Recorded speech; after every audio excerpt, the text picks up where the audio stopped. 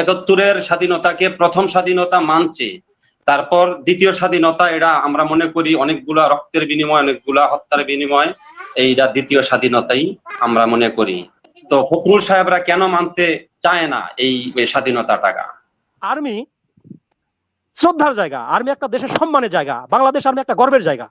কিছু অসাধু আর্মি অফিসারের কারণে সেটা ভুলুণ্ঠিত হচ্ছে। তাহলে এই সামরিক বাহিনী, সামরিক আদালতে তাদের বিচারগুলো কেন করা হচ্ছে না? তারা নিজেদের দোষ কেন কাঁধে নিয়ে এখন পর্যন্ত বাংলাদেশের এই সম্মানকে তারা নষ্ট করে দিচ্ছে, বিনষ্ট করে দিচ্ছে? আমি মনে করি সিদ্দিক স্যার যে আমাদের অবশ্যই সামরিক সক্ষমতা বাড়াতে হবে। যদি আমরা সামরিক সক্ষমতা না বাড়াই তবে এই পার্শ্ববর্তী রাষ্ট্রের কাছ থেকে আমরা স্বাধীনতা সার্বভৌমত্ব হুমকির দিকে চলে যাব।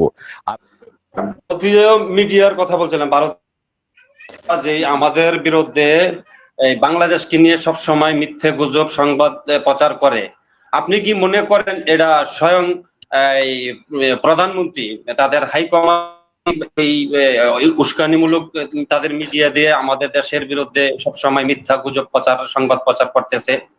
কেননা তারা সরাসরি হয়তো যুদ্ধ কোনো করতে পারতেছে না, হয়তো আন্তর্জাতিক কোনো আইনের কারণে। আপনি কি মনে করেননি? আর এদিকে যে এই দ্বিতীয় স্বাধীনতা, জুলাই আগস্ট, এটা দ্বিতীয় স্বাধীনতা মানতে না তাদের অন্যান্য কর্মীরা কেন মানতে চায় না? ছাত্ররা তো 71-এর স্বাধীনতাকে প্রথম স্বাধীনতা মানছে, তারপর দ্বিতীয় স্বাধীনতা এটা আমরা মনে করি অনেকগুলা রক্তের বিনিময়, অনেকগুলা হত্যার বিনিময়, এইটা দ্বিতীয় স্বাধীনতাই আমরা মনে করি। তো ফখরুল সাহেবরা কেন মানতে চায় না এই স্বাধীনতাটা? আজকে প্রফেসর ডক্টর ইউনূস সাহেবের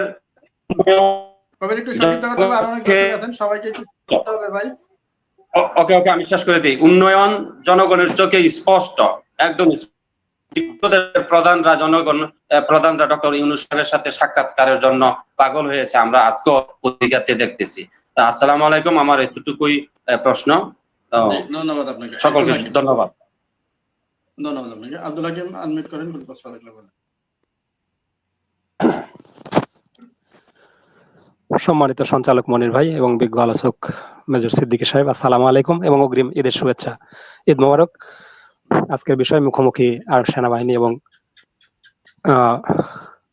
সামরিক coup হওয়ার সম্ভাবনা। দেখেন, আমরা মূলত ভারতীয় মিডিয়াগুলোকে দোষ দিচ্ছি। যখন 1972 সালে 10 জানুয়ারি শেখ মুজিব বাংলাদেশে এসেছিল, তার আগে কিন্তু ইন্ডিয়াতে গিয়েছিল। ইন্ডিয়াতে 7টা স্বাক্ষর করে তারপরে বাংলাদেশে এসেছে, 7টা বিষয়ে চুক্তি স্বাক্ষর করে তারপরে কিন্তু বাংলাদেশে এসেছিল। তার মধ্যে একটা শর্ত ছিল যে বাংলাদেশ কখনো সামরিক বাহিনী গঠন করতে পারবে না, আর পররাষ্ট্র নীতির ক্ষেত্রে যে সিদ্ধান্ত নেবে সেই সিদ্ধান্তটা ইন্ডিয়ান মাধ্যমে নিতে হবে। এরকম 2টা শর্ত ছিল, আরো 5টা ছিল, আমি অত বিশ্লেষণে গেলাম না। তো সেখান থেকে শুরু করে আজ অব্দি ইন্ডিয়া যেভাবে বাংলাদেশের গলাকে চেপে ধরেছে, সেটা আমরা বাংলাদেশের জনগণ যারা 71-এর পূর্ববর্তী যারা পাকিস্তান আমলে জন্মগ্রহণ করেছেন এবং 71 পরবর্তী প্রজন্ম, আমরা যারা ইতিহাস থেকে এটা কিন্তু পরিষ্কারভাবে জানতে পেরেছি। এই জন্য ইন্ডিয়া থেকে আমাদেরকে, আমরা বরাবরই বলে আসছি, সাবধান থাকতে হবে, ইন্ডিয়া থেকে দূরে থাকতে হবে। সেই কাজটাই ডক্টর মোহাম্মদ প্রফেসর ইউনূস করছেন এবং সফলভাবে এটাকে হ্যান্ডেল করছেন। এখন মেজর সিদ্দিকী সাহেবের কাছে আমার একটু জানতে চাওয়া, ডক্টর মোহাম্মদ প্রফেসরের সরকার, ডক্টর মোহাম্মদ প্রফেসর ইউনূস সাহেবের সরকার আর্মিকে ম্যাজিস্ট্রেসি পাওয়ার দিয়েছে। এই ম্যাজিস্ট্রেসি পাওয়ারের মধ্যে 17টা ধারাকে প্রয়োগ করার ক্ষমতা দিয়েছে।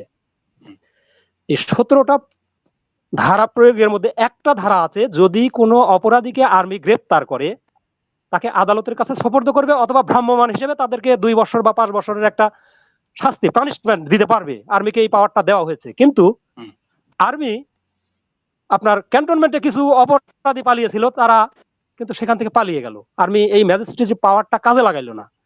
সেক্ষেত্রে আপনি আর্মিকে কিভাবে ব্যাখ্যা করবেন? আর আপনি 71-এর কথা বললেন, 75-এর কথা বললেন, 90, 91-এর কথা বললেন এবং 24-এর কথাও বললেন। আর্মি শক্তিশালী ভূমিকা পালন করেছে। এই 90, 91-এর পরে এসে আর্মি জাতীয় স্বার্থে কাজ করেছে নাকি কোনো শাসক গোষ্ঠীর হয়ে কাজ করেছে? আর্মি 36 জুলাইয়ের কথা বলছেন, 36 জুলাই এসে আর্মি আসলে, হ্যাঁ শেষ করছি মনির ভাই, একটু সময় দিবেন, আসলে জনগণের হয়ে কাজ করছে নাকি ওই যে জাতিসংঘের নিরাপত্তা পরিষদ থেকে একটা বিবৃতি এসেছিল আর্মিকে নিয়ে, সেই বিবৃতির বাস্তবায়ন করেছে তাদের নিজেদের অস্তিত্বকে রক্ষা করার জন্য? এই আর্মি শ্রদ্ধার জায়গা, আর্মি একটা দেশের সম্মানের জায়গা, বাংলাদেশ আর্মি একটা গর্বের জায়গা। কিছু অসাধু আর্মি অফিসারের কারণে সেটা ভুলুণ্ঠিত হচ্ছে। তাহলে এই সামরিক বাহিনী, সামরিক আদালতে তাদের বিচারগুলো কেন করা হচ্ছে না? তারা নিজেদের দোষ কেন কাঁধে নিয়ে এখন পর্যন্ত বাংলাদেশের এই সম্মানকে তারা নষ্ট করে দিচ্ছে, বিনষ্ট করে দিচ্ছে? আমরা কি আর্মির কাছে এটা প্রত্যাশা করতে পারি না? আর যে কু হওয়ার কথা বলেছেন, দেখেন আমাদের দেশে, হ্যাঁ শেষ করছি, আবার 10 সেকেন্ড সময় দিবেন আমাকে মনির ভাই, 10 সেকেন্ড সময় দিবেন।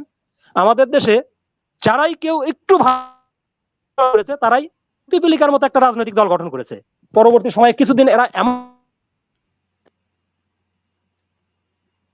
একটা বাহিনীকে নিয়ে বা কোনো কিছু নিয়ে এমন দিয়েছে যেটা একেবারে অশালীন, অসভ্য, অশ্রাব্য ভাষায় বক্তব্য দিয়েছে। তাদেরকেও সংযত হতে হবে। এমন নয় যে ওনারাই সবকিছু করেছে, আমরা এদেশে ভাড়াটে হিসেবে এসেছি। ওনাদেরকে সংযত হয়ে কথা বলতে হবে, এতটুকুই বলবো। ধন্যবাদ মনির ভাই আমাকে সময় দেওয়ার জন্য। সালাম আলাইকুম। ওয়ালাইকুম আসসালাম। মামুন সাহেব আনমিউট করেন, ক্যামেরাটা অন করতে হবে, কোন প্রশ্ন থাকলে বলেন মামুন। হ্যাঁ, বিসমিল্লাহির রহমানির রহিম। সম্মানিত উপস্থিতি, আসসালামু আলাইকুম। মেজর সিদ্দিক স্যারকে একটা প্রশ্ন করি। স্যার, আমরা তো সবাই এই দেশেরই অধিবাসী, এখানে আমাদের জন্ম, এখানে আমরা লালন পালন হয়েছি, এখান থেকে আমাদের পুষ্টি সবকিছু এখান থেকে। সুতরাং আমরা যারা সাধারণ মানুষ আছি, আমরা দেশটাকে খুব ভালোবাসি। দেশপ্রেম আমরা একটা ইমানের অঙ্গ হিসেবে মনে করি, কারণ আমরা সহনশীল মানুষ। আমরা দেশের মানুষের পক্ষে সর্বদা কথা বলবার চেষ্টা করি। কিন্তু এখানে একটা কথা হচ্ছে যে আমরা দীর্ঘ 54টা বছর পার হয়ে গেল, আমাদের রাজনীতি অস্থিতিশীলতা থেকে স্থিতিশীল একটা রাজনীতির দিকে আমরা ফিরে আসতে পারলাম না। আমাদের একটা পার্শ্ববর্তী রাষ্ট্র আছে যে ভারত এমন ভাবে গভীর ষড়যন্ত্র চালাচ্ছে, সেখানে আমরা মনে করি যে শুরুতে মিডিয়ারা যেভাবে প্রচারণা চালাচ্ছে, এই মিডিয়ার প্রচারণা সুশীল সমাজের কাছে যাবে, সুশীল সমাজ রাষ্ট্রের কাছে পৌঁছে দেবে। এভাবে কি একটা রাষ্ট্র এই ষড়যন্ত্রের মধ্যে দিয়ে, ক্ষোভের মধ্যে দিয়ে কি বাংলাদেশের উপর তারা জুলুম চালাবে? এমনটাই কি হচ্ছে? এদিকেই কি যাচ্ছে? আমরা যদি এমনটার আশঙ্কা করি, তাহলে আমাদের দেশের মানুষের সেই মানসিকতায় প্রস্তুত করতে হবে, আমাদের জনসমর্থনকে সেই দিকে নিয়ে যেতে হবে যে আমরাও ভারতের প্রতি রুগ্ন আচরণ করবো না, কিন্তু আমরা অতটা সহনশীল থাকবো না। আমাদের এক্ষেত্রে আমি মনে করি সিদ্দিক স্যার, যে আমাদের অবশ্যই সামরিক সক্ষমতা বাড়াতে হবে। যদি আমরা সামরিক সক্ষমতা না বাড়াই, তবে এই পার্শ্ববর্তী রাষ্ট্রের কাছ থেকে আমরা স্বাধীনতা, সার্বভৌমত্ব হুমকির দিকে চলে যাব। আর আপনি বলবেন না স্যার যে আমাদের সামরিক সক্ষমতার দরকার নেই। মনির ভাই, 1 সেকেন্ডে শেষ করি।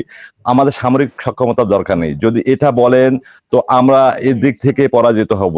একটা ছোট্ট রাষ্ট্র, মাত্র 22,000 বর্গ মাইলের একটা রাষ্ট্র, যদি তাদের সামরিক সক্ষমতা, অর্থাৎ ইসরায়েলের কথা বলতেছি, এত বেশি সামরিক সক্ষমতা বাড়ার ফলে, একটু ওনার থেকে জবাবটা নেই, সামরিক সক্ষমতা বাড়ানোর প্রয়োজন কিনা। আপনি যদি উত্তর দেন তাহলে ওনার উত্তর দেওয়ার কিছু থাকে না। একটু ধন্যবাদ মনির ভাই, ধন্যবাদ ভাই।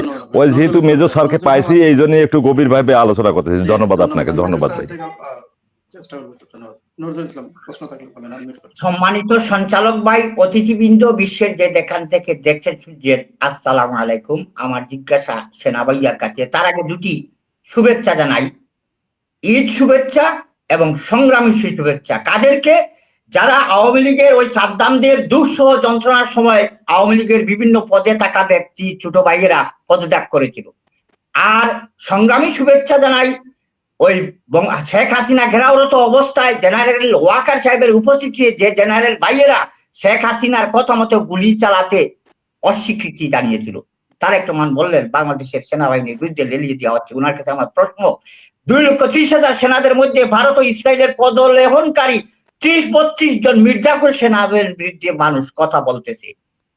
প্রমাণ, জেনারেল মঈন আজিজরা দেশকে ভারতের হাতে তুলে দিয়ে 3টি নির্বাচন করে পুতুল সরকার বসিয়ে বাংলাদেশকে সর্বদিক দিয়ে কি পঙ্গু করে নাই?